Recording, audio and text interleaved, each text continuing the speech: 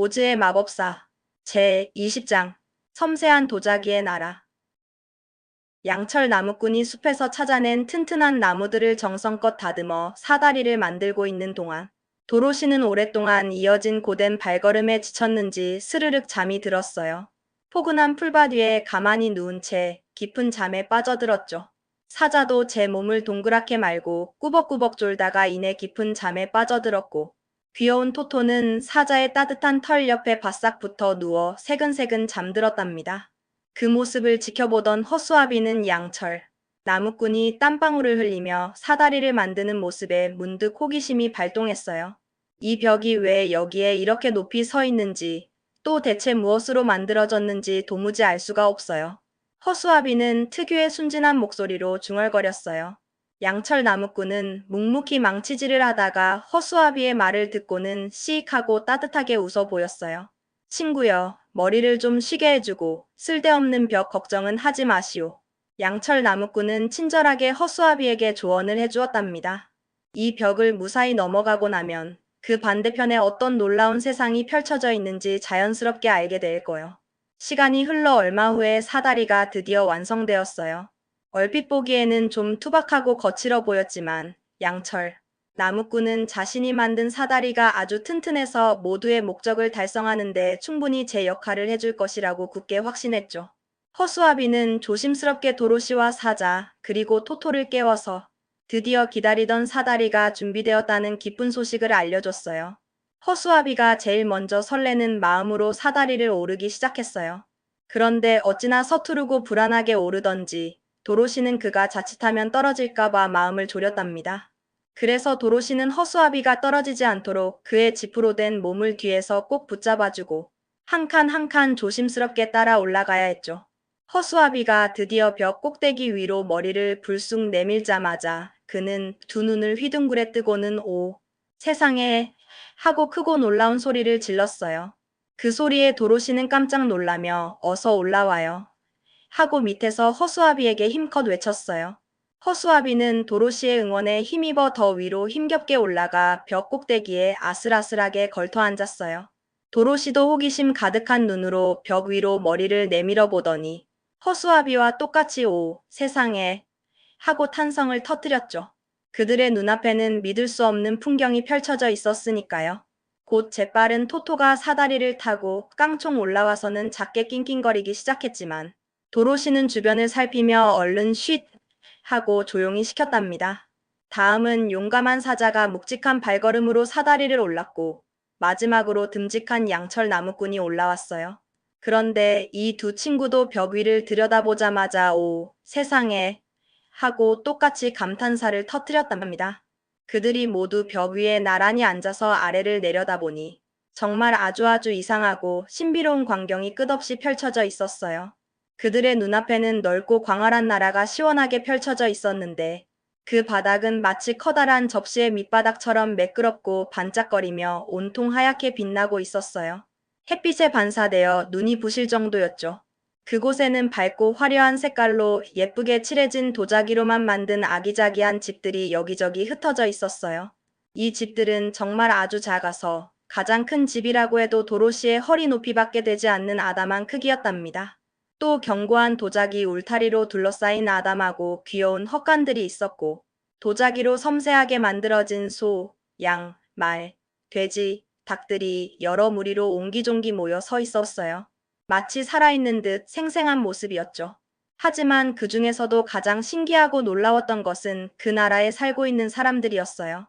그들은 선명한 색깔의 조끼와 황금빛 반점이 박힌 아름다운 옷을 입은 젖자는 소녀들, 은과 금, 자주색의 화려한 드레스를 입은 우아한 공주들, 분홍색, 노란색, 파란색 줄무늬 반바지를 입고 금빛 버클이 달린 멋진 신발을 신은 활기찬 목동들, 그리고 보석이 박힌 찬란한 왕관과 부드러운 단비 가죽 망토, 새틴 더블릿을 입은 위풍당당한 왕자들, 심지어 둥근 빨간 반점이 뺨에 있고 뾰족한 모자를 쓴 익살스러운 광대들까지 정말 다양한 사람들이 살고 있었어요.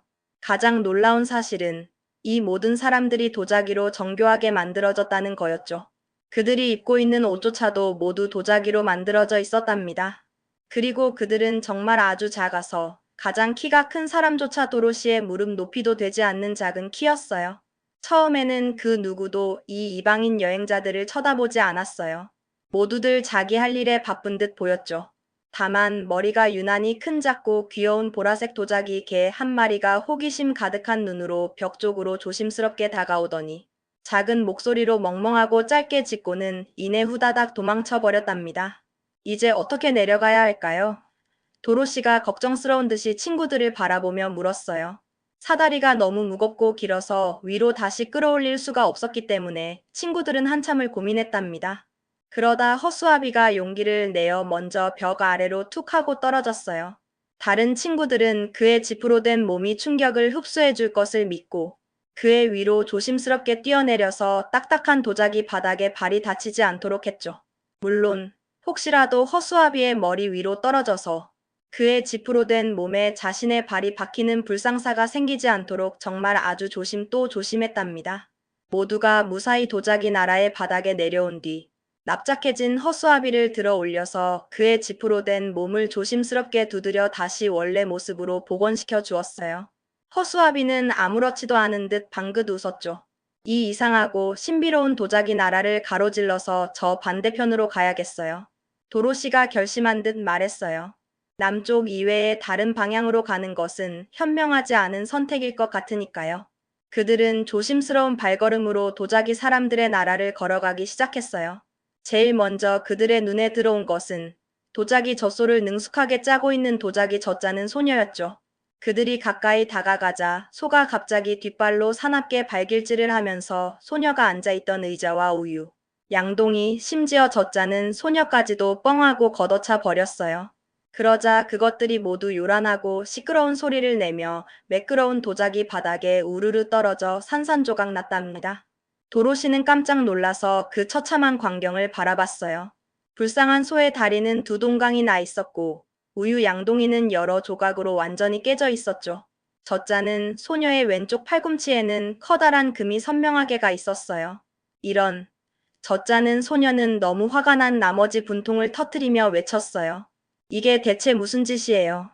당신들 때문에 내 불쌍한 소의 다리가 부러졌잖아요.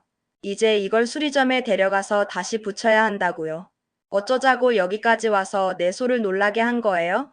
정말 죄송해요. 도로시가 미안함에 어쩔 줄 몰라 하며 대답했어요. 부디 저희를 용서해 주세요.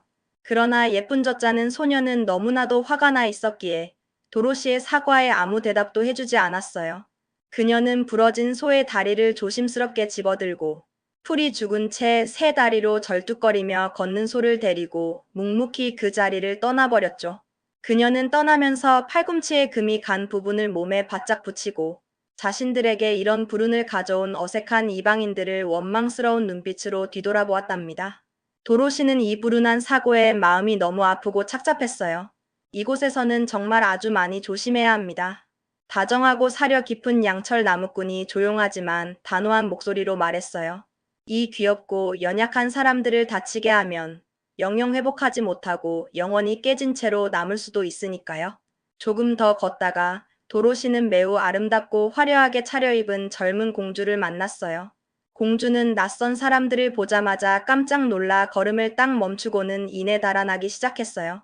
도로시는 아름다운 공주를 좀 더 가까이서 보고 싶어서 무심코 뒤쫓았답니다. 그러나 도자기 소녀는 놀라서 쫓지 마세요. 제발 쫓지 마세요. 하고 애원했어요.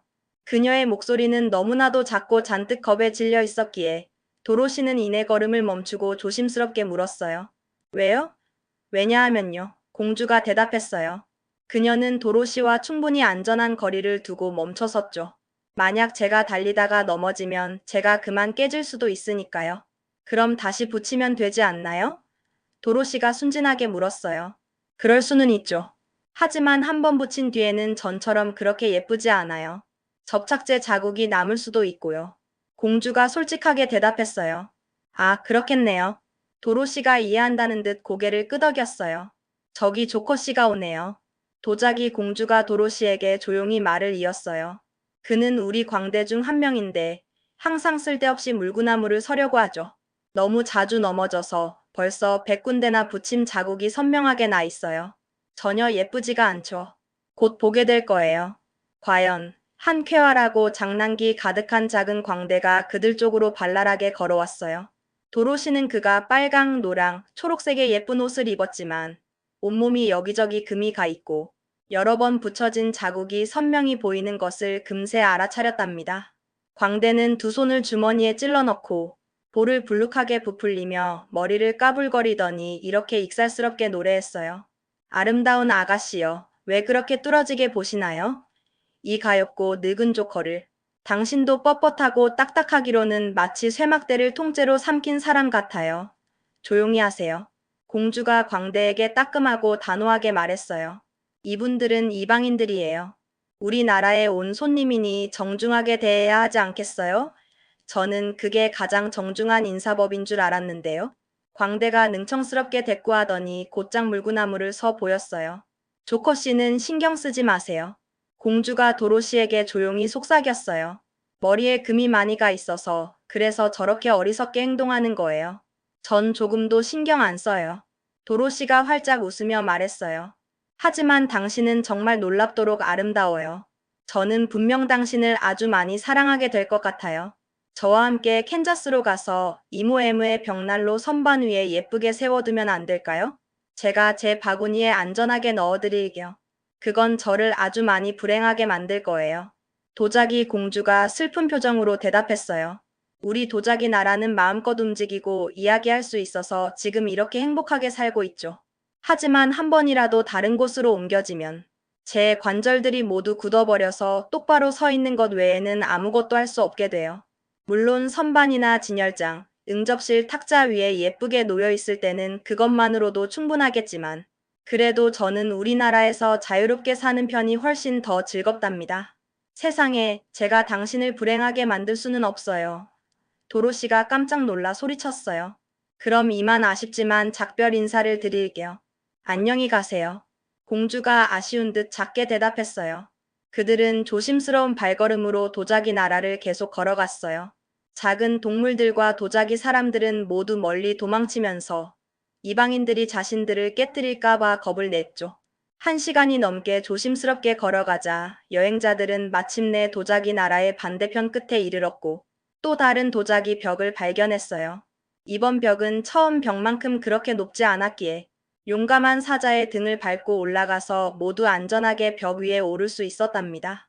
사자는 자신의 튼튼한 다리를 모으고 벽 위로 펄쩍 뛰어 올랐는데 그 순간 아뿔싸 실수로 자신의 길고 굵은 꼬리로 아담하고 예쁜 도자기 교회를 쳐서 산산이 부숴버렸어요. 정말 안 됐어요. 도로시가 안타까운 표정으로 말했어요. 하지만 돌이켜 생각해보면 우리가 이 작고 연약한 사람들에게 이 정도밖에 피해를 주지 않은 것이 정말 천만다행이에요. 겨우 소 한 마리의 다리와 교회 하나뿐이잖아요. 이들은 너무도 잘 깨지는 존재들이니까요. 정말 그렇소. 허수아비가 도로시의 말에 깊이 동의하며 말했어요. 나는 지프로 만들어져서 쉽게 망가지지 않으니 그저 감사할 따름이요. 세상에는 이렇게 연약한 도자기 인형들처럼 늘 깨질까봐 걱정하며 사는 것보다 훨씬 더 불행하고 나쁜 일도 많지요.